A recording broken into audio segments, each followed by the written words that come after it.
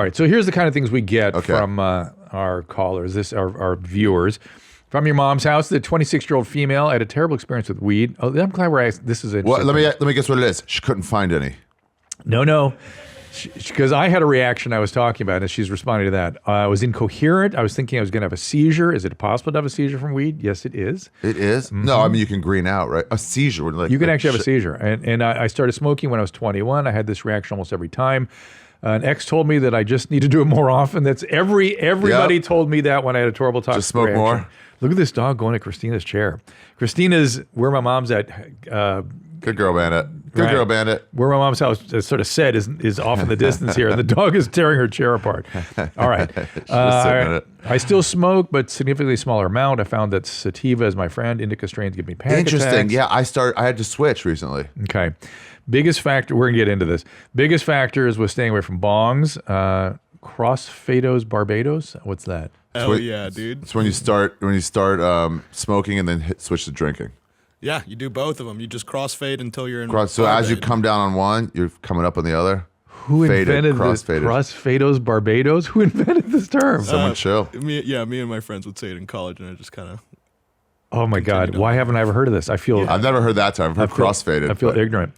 When I smoke, I'll also have a drink, and that'll bring me the edge off the weed. Blah blah blah. I still consider myself a lightweight. 1 to 2 baby puffs of joint. You got to get Mexican weed, if that's my advice. You got to find some Mexican weed that's not that strong. And she says, "P.S. I'll show you how these big tits fart in May." Don't. See, you're in your mom's house. Do you understand? Now I get it. There are greetings. There are sort of aphorisms that everyone goes to, and there's one of them. Blame Tom and Christina. So here's what she's talking about. I was smoking weed with a very famous weed consumer, a public figure. Not Snoop. No. Rogan. More in the Rogan kind of category. And I had a terrible reaction. I thought, and there were several well-known weed smokers at this party. And I thought, well, tonight I'm going to smoke weed. I'm not a fan. I'm not a Doug is sort of more committed, more sort of defined by. But anyway, I don't want to out anybody. Okay. But the point is, Big J. They had Jay. What out are you by for what? Smoking weed? You don't want to out a well-known pot smoker for smoking pot? He is. If I told you, you would kind of understand. And same with the other guys that were there. They're known for it, but they don't like make a deal of it. So except they announce that they smoke weed, they don't make a deal that they smoke a lot of Seth weed. Rogen. And it's more in that zone. And so I smoked. I thought tonight I'm to smoke weed. I don't really like it, but I'm going to go for it with these guys. And of course, I'm talking to them. Hand me the weed. They're just going crazy on it. I take 2 big hits, and I have this I have what's called an allergic delirium.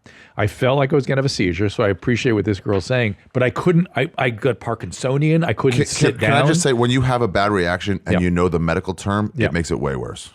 No, it made it way better because I knew what was happening. Because otherwise, I would have had panic on top of everything else. I'm like, holy shit. If I'm just like, I feel weird. When you have Parkinsonian, whatever, dyslexia. Anticholinergic delirium. and I couldn't, somebody said sit down. I couldn't sit down. I couldn't navigate sitting down. I couldn't do it. And people would talk to me. I couldn't understand what they were saying. I was sick for 5 days. I couldn't drive a car for 2.5 days. What? Yeah. Oh, fuck you, Nadav. God damn it. You couldn't drive a car for 2.5 days? My wife had to drive me around. Do you think it was related to you being old? Who knows? I mean, I looked in the medical literature very quickly, and it's reported. You couldn't drive for 2 days? I couldn't exercise. Who smoked you out, bro? I couldn't. Name names. And I felt terrible, and he felt terrible, too. And he goes, I've got to tell you, that one was also rolled in hash. Nice. TJ Miller. TJ, I've never smoked weed with TJ, but by the way, I've been around Jay and Gomez and all these guys. When they smoke you just weed. went and did Legion of Skanks. God, Dude, it's too much with the torch. How the fuck? Too much. How do they function? I don't know. They light up the torch, fucking idiot Lewis, and you light up a torch, and then he starts doing it. You're like, well, then I'm just done on this podcast. I'll smoke it, but I'm just done participating. Right. I wouldn't be able to. Right. Well, now I have to be careful, I guess. He's a bad guy. You got to stay away from him. No, I love those guys. Don't do that podcast anymore. I'm dying to do it again. I will do it again, but it looks superhuman to me when they're taking the dabs and going crazy, and it seems to doesn't slow their pace down. Dude, we're all just smoking weed. Hey, no worries. You're bringing out fucking building equipment. I understand. Fuck that. No, I see what they do. They blow torches and stuff. Yeah. Blowtorch. I'm scared of burning myself. So back to this chick. Skank Fest last week of September in Vegas. Don't tell anybody. What's that? Nothing. I'm just ruining Lewis's big announcement. His big announcement set for fucking a month from now, but it's ruined. Last week of September, Skank Fest. Book your tickets now. Fuck you, Lewis. They just had Skank Fest. Yeah, they're doing it again next year. They were talking about doing it in Brooklyn. They're not. They're doing it in Vegas. You heard it from me, Dr. Drew. Well, I was going to try to make this last one. I'm going to make this one. Oh, really? I'm You make heard an it effort to first, do Dr. this. Drew, first booking. I'll be at Skank Fest.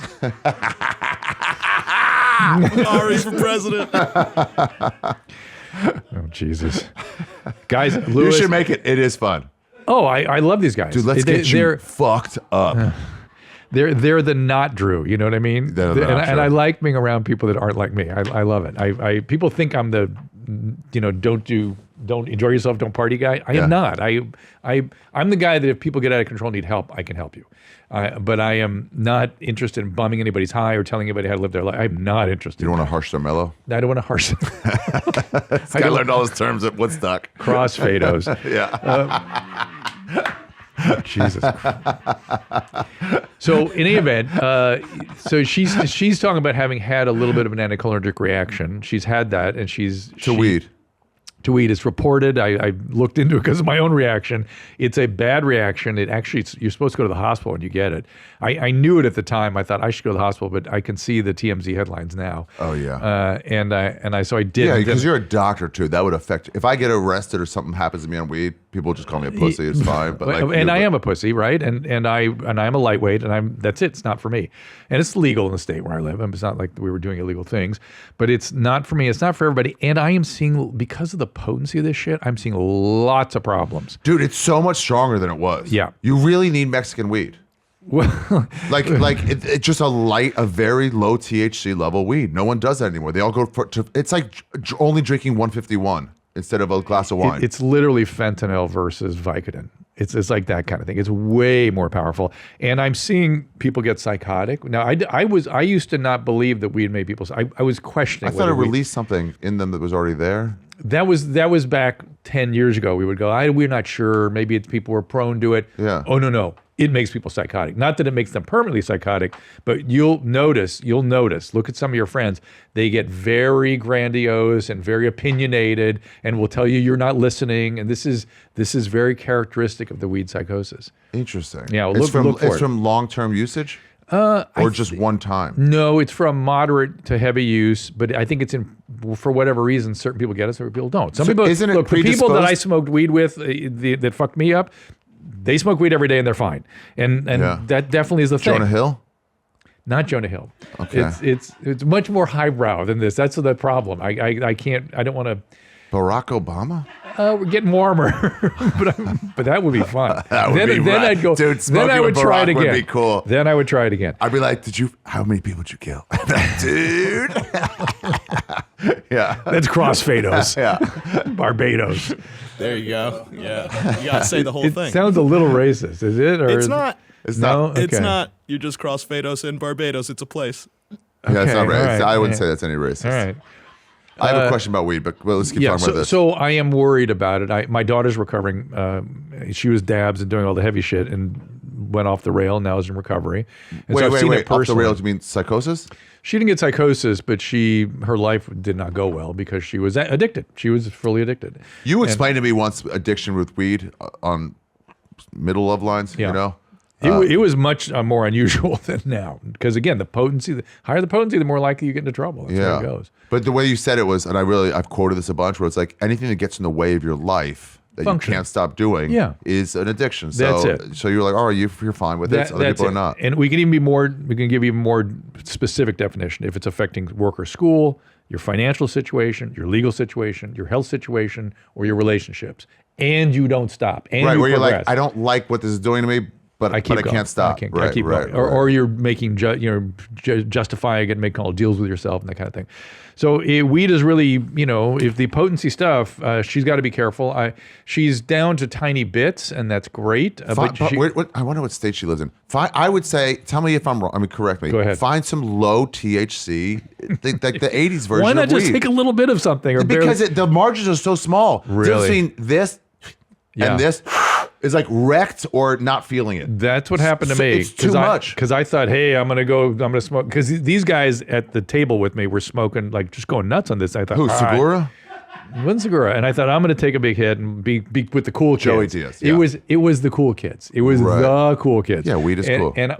But the people, the players were the cool kids. Sarah Silverman, Kimmel. You're getting in there. You're getting in the right zone. Come on. And so I thought I gotta keep up. And I just within seconds I was a Parkinsonian. I couldn't. And walk. what did Galifianakis say when you were like acting like that? Yeah, they were talking to me and felt bad, of course, and mentioned that he forgot to tell me that this particular cigar was rolled in hash, and.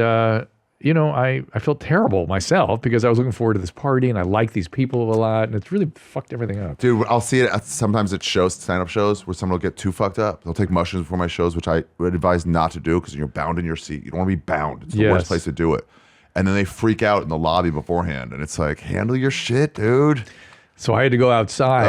I had to go outside and pace around. And I was out there for a while, and my wife came out to check on me once in a while. And she came out like the third time I go, because I'm in my head, I'm thinking, if I can get through 3 hours, I'll be fine, and go back in there, and maybe 2 hours, I'll be better. And I go, and I thought it'd been like an hour and a half, 2 hours. And she comes out, and I go, how long have I been here? She goes, 10 minutes. Oh no! And I went, oh dude, we gotta leave. That was it. And did you say goodbye to John Hamm or anybody, or just like you're in the right zone now? It was not John Hamm. Let's see, regular stone. I've experienced what you were describing the last 2 months. People are reacting to my story about the weed. Wait! I have a question for you. Do you mind? No. Okay, I've seen this. Tell me if this is true or not. People who cannot get high.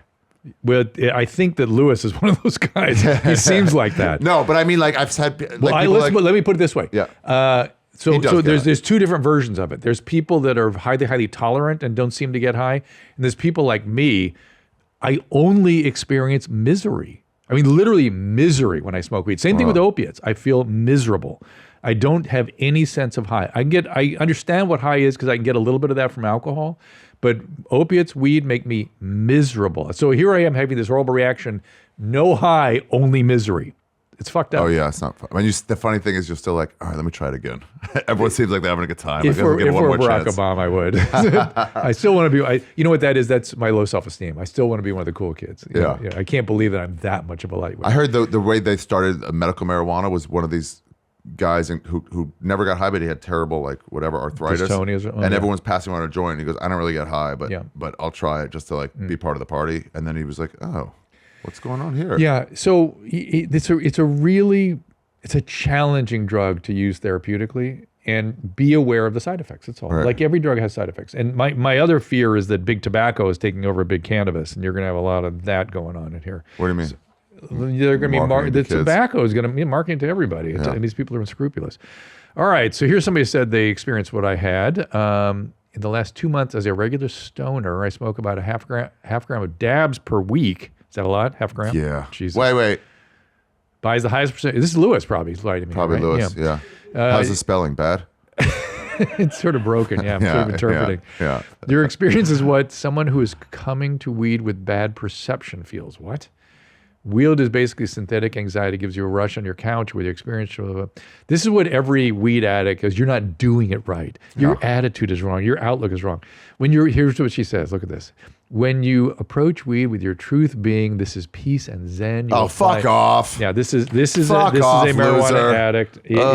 Everybody's enjoy your elephant pants. Our biologies are very, very different one from another, and as such, we all react to chemicals differently. That's all. Okay, what else we got? Hey, Drewby. Cool guy AJ here. I'm calling about this feeling that you're talking about where your hands and your feet went numb. Yeah. It sounds like you achieved the peak, sir. That is the best feeling in the entire fucking world. Besides, when you hit a bong really, really hard and stand up too quick and almost pass out, and I understand, yes, it's brain damage, but it is also an incredible fucking feeling. You must just not be a cool guy, and that's totally cool. But you should definitely be smoking weed with Nadav. That is the safest environment that you can do it in, and then you can determine whether or not you want to smoke with Rogan or whoever the fuck else you decide to. But Nadav I did want to is smoke with probably Rogan. your best option, and I would stick with him. Keep in mind tight. You bet him coming up in May, and take bong hits that make you pass out, Drew. All right, AJ, thanks. So this is a typical people who love weed. Yeah. Same thing with the opiate addicts too. They'll say the same thing. Like they can't imagine that you have a different experience than they do, or that you don't love it. So he's describing this experience I had, which I could not feel my hands and feet.